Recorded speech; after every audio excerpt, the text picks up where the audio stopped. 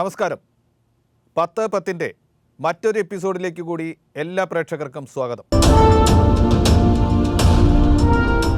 നമ്മളോടൊപ്പം ഇന്നുള്ളത് CPIMൻ്റെ polit bureau അംഗം ശ്രീ പ്രകാശ് കാരാട്ട്. നമസ്കാരം കോമ്രേഡ്. ഈ പരിപാടിയിലേക്ക് സ്വാഗതം. 10 ചോദ്യങ്ങൾ നേതാക്കളോട് ചോദിക്കുക, അവരിൽ നിന്ന് 10 ഉത്തരങ്ങൾ തേടുക എന്ന പരിപാടിയാണ് ഇത്. താങ്കളോടുള്ള ഒന്നാമത്തെ ചോദ്യം ഇതാണ്.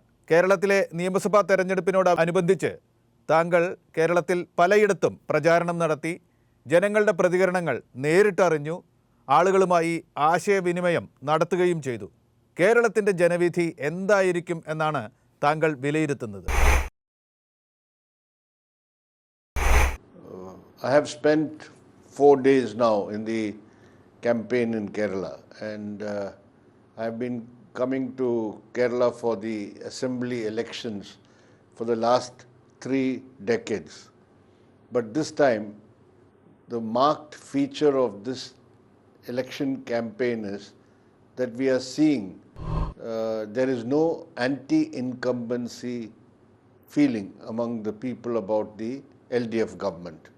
That is, there are no adverse feelings among the people about the state government which has ruled Kerala for the past 5 years. I think this is a notable feature which I have seen in this election campaign. കേരളത്തിൽ ഇത്തവണ നടക്കുന്ന നിയമസഭാ തെരഞ്ഞെടുപ്പിന് ചരിത്രപരമായ എന്തെങ്കിലും പ്രാധാന്യം ഉണ്ട് എന്ന് താങ്കൾ കരുതുന്നുണ്ടോ?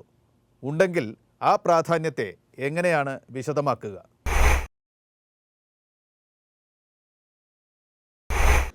There are two important factors of features which are important from the point of view of a historical view. One is that I think this election is going to break the cycle of alternative governments in Kerala, which we have seen in the past 4 decades. That itself, I suppose, will be a historical development. The second is that this election is being held in Kerala. It's an assembly election, but it shows up in stark contrast. The two types of politics, two types of governance, two types of path of development in the country today. One is represented by the BJP Modi government at the center, and the other by the LDF government headed by Comrade Pinarayi Vijayan. In all aspects, this Modi government is taking anti-people measures like the new 3 farm laws or the 4 labor codes or the decision to practically abolish the public sector enterprises. It is also taking steps to undermine the constitution itself, its democratic secular principles. So this is the type of government at the center which is having a neoliberal path of development, which is benefiting the big capitalists, Indian and foreign. And on the other hand, you have in Kerala an LDF government which is presenting an alternative path of development, of pro-people development, and which has shown that even in the most difficult circumstances, it is possible for a government, if it is a left-led government like the LDF, that they are the only force in the country today which has a policy and programmatic alternative to the BJP and other ruling class parties like the Congress. ഏത് തെരഞ്ഞെടുപ്പിലും എന്ന പോലെ ഈ തെരഞ്ഞെടുപ്പിലും ഒട്ടേറെ പ്രശ്നങ്ങൾ ചർച്ച ചെയ്യപ്പെടുന്നുണ്ട്. അവയിൽ പ്രശ്നങ്ങളുടെ പ്രശ്നം എന്ന് അടിവരയിട്ട് പറയാവുന്ന ഒന്നുണ്ടോ? ഈ തെരഞ്ഞെടുപ്പിലെ മുഖ്യ പ്രശ്നം അത് എന്താണ്?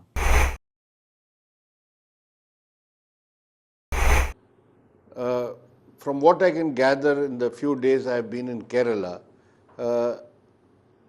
the LDF government's record in government, the LDF government's performance, its push for pro-people development, its push for infrastructure development, its push for increasing employment opportunities and social welfare measures.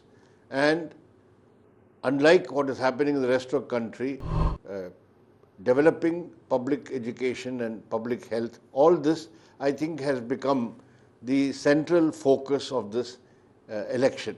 Despite the Congress and the UDF and the BJP trying to divert into issues which have no relevance for the people.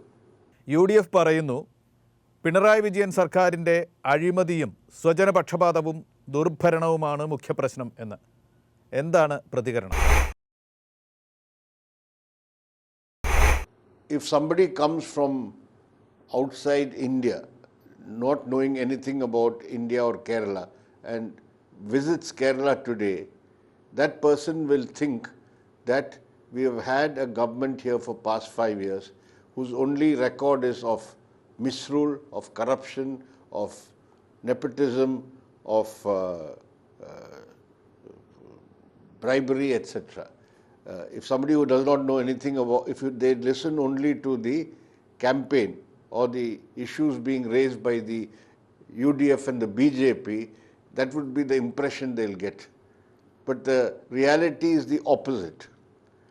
The failure of the opposition, the main opposition, Congress and UDF, has been that it has not been able to present anything better, offer any better alternative to the LDF government and the LDF work that has been done.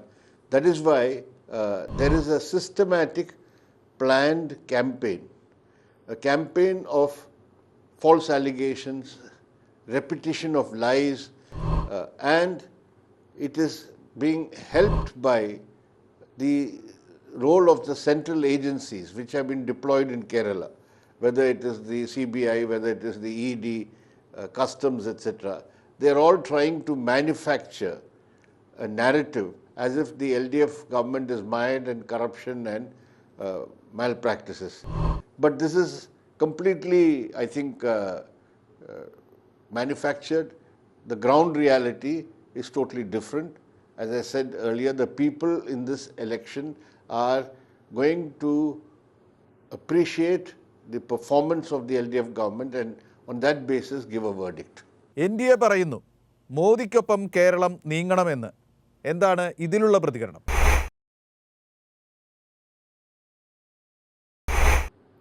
You see, Modi is going to other state assembly elections and saying that there should be double engine, one engine in the state government and one engine in the central government. That is, there should be double engine growth. That's what he's saying in West Bengal and other states. In Kerala, they cannot have any double engine growth because they know they cannot come to power. So they are trying to produce a false narrative here. I heard the BJP's propaganda and campaign that the free food kits which have been supplied to 88 lakh families in Kerala, this is actually supplied by the centre. The LDF government has just put it in a bag and given it. Everything has come from the centre. So these are the total lies which are being said. And therefore, talking about going along with Modi's government as a centre, Kerala should be aligned with that, would be disastrous for Kerala. I think the people of Kerala know that what is happening, as I said earlier, this is a government which is launching all-out attacks on the people's livelihood and on the constitution and secular democracy. I don't think the people of Kerala would like that politics and that model to be here applied in Kerala. ഈ തെരഞ്ഞെടുപ്പിൽ NDA UDF രഹസ്യധാരണയുണ്ടെന്ന് LDF ആരോപിച്ചിട്ടുണ്ട്. 35 മണ്ഡലങ്ങളിലെങ്കിലും അങ്ങനെ ഒരു ധാരണയുണ്ട് എന്നാണ് താങ്കളുടെ സഹപ്രവർത്തകൻ ശ്രീ കോടിയേരി ബാലകൃഷ്ണൻ വിലയിരുത്തുന്നത്. ഇതേപ്പറ്റി എന്തു പറയുന്നു?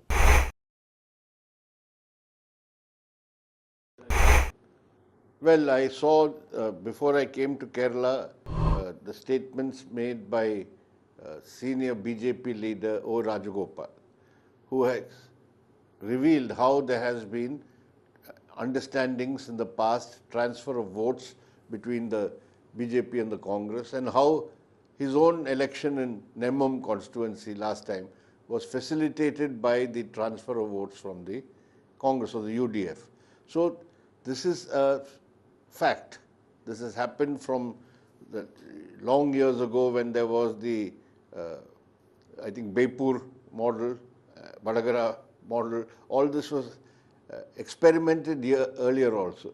Now also, I think the way the BJP and the Congress have coordinated their actions in the last 1 year, how they have taken up similar issues, how they have raised similar allegations against the government, how they have conducted various agitations, synchronizing their agitations, that has laid the basis for understanding. Can't say in how many seats, but definitely they have worked out some understanding to transfer votes for mutual benefit in some of the constituencies. മുമ്പ് നടന്ന ഏത് നിയമസഭാ തെരഞ്ഞെടുപ്പിനേക്കാളും കൂടുതലായി ജനവികാരം ആളിക്കത്തിക്കാവുന്ന സ്ഫോടനാത്മകമായ വർഗീയ പ്രശ്നങ്ങൾ ഈ തെരഞ്ഞെടുപ്പിൽ ഉന്നയിക്കപ്പെടുന്നുണ്ട്. ഇതിനെ എങ്ങനെ കാണുന്നു?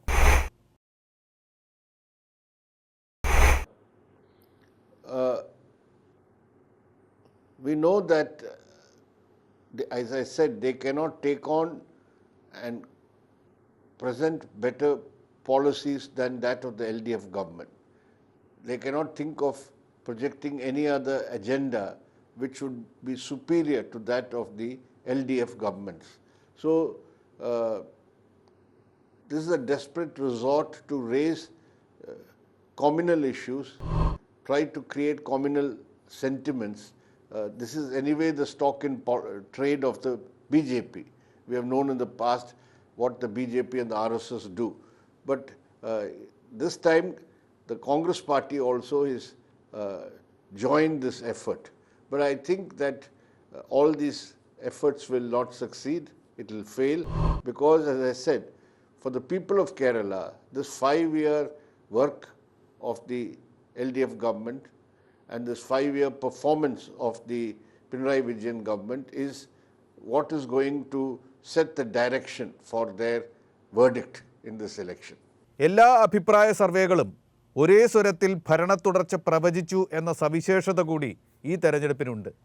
ഈ പ്രവചനങ്ങളെപ്പറ്റി എന്താണ് പ്രകാശ് കാരാട്ട് പറയുന്നത്? Well, I'm not seen many of these polls, but I heard that most of them are predicting, and all of them are predicting an LDF victory. I think that is in tune with the aspirations of the people. As I said, I have noted that in this election, unlike in earlier elections, I could barely see any trace of anti-incumbency against this government. So the slogan of a return of the LDF government, or Todar Bharanam as you say, this I think is now coming from below. This is what is the reflection of the actual wishes of the people. And I think the opinion polls are broadly reflecting that. ഇന്ത്യയിലെ ഏക ഇടതുപക്ഷ ഭരണമാണ് കേരളത്തിൽ ഉള്ളത്. അത് തുടരുമോ ഇല്ലയോ എന്ന് നിശ്ചയിക്കപ്പെടുന്ന തെരഞ്ഞെടുപ്പാണ് ഇത്. CPIM പോളിറ്റ് ബ്യൂറോ അംഗം എന്ന നിലയ്ക്ക് ഈ സാഹചര്യത്തെ എങ്ങനെ കാണുന്നു? കേരളത്തിൽ നടക്കുന്ന ഈ തെരഞ്ഞെടുപ്പിന് ദേശീയ രാഷ്ട്രീയത്തിൽ എന്തെങ്കിലും പ്രാധാന്യം ഉണ്ട് എന്ന് കരുതുന്നുണ്ടോ? I think that more than the fact that this is, we would like a left-led government to come back to office, that naturally is what we would like. I think this election underlines the importance of having a left-led government, since it is only a left-led government in Kerala which can pose an alternative to the communal divisive politics which is now holding sway in many parts of the country, and also the fight against the neoliberal economic policies and for fight against privatization, fight for a pro-people path of development, only a left-led government can show the way. And it so happened that Kerala has already had a left-led government for the past 5 years. So naturally, it becomes important for the people outside Kerala also, because they're all aspiring for a new model of politics, a new path of development. Kerala will show the way. So that is why I have to underline also the national importance of this election and the necessity for the LDF to come back to power. അവസാനമായി ചോദിക്കട്ടെ, ദേശീയ രാഷ്ട്രീയത്തിലാണ് പ്രവർത്തിക്കുന്നത് എങ്കിലും പ്രകാശ് കാരാട്ട് ഒരു മലയാളിയാണ്. സ്വന്തം ജനങ്ങൾക്ക്, മലയാളികൾക്ക് താങ്കൾ നൽകുന്ന തെരഞ്ഞെടുപ്പ് സന്ദേശം എന്തായിരിക്കും? Well, I think Malayalis have the golden opportunity to show that here in Kerala, we can have a better system of rule, a better system of governance. Kerala will show, as I said, the way to the rest of the country in the overall atmosphere of gloom and darkness, with the Modi government implementing or imposing the RSS vision of what India should be. Here, Malayalis are going to be able to show, no, this is not the way we want Kerala and India to develop. I think this is the opportunity, and Malayalis will show this with a verdict for Tudara Bharanam. തിരക്കിട്ട തെരഞ്ഞെടുപ്പ് പ്രചാരണ പരിപാടികൾക്കിടയ്ക്കാണ് ഈ അഭിമുഖത്തിന് താങ്കൾ സമയം കണ്ടെത്തിയതും അനുവദിച്ചതും. വളരെയധികം നന്ദി ശ്രീ പ്രകാശ് കാരാട്ട്. നമസ്കാരം.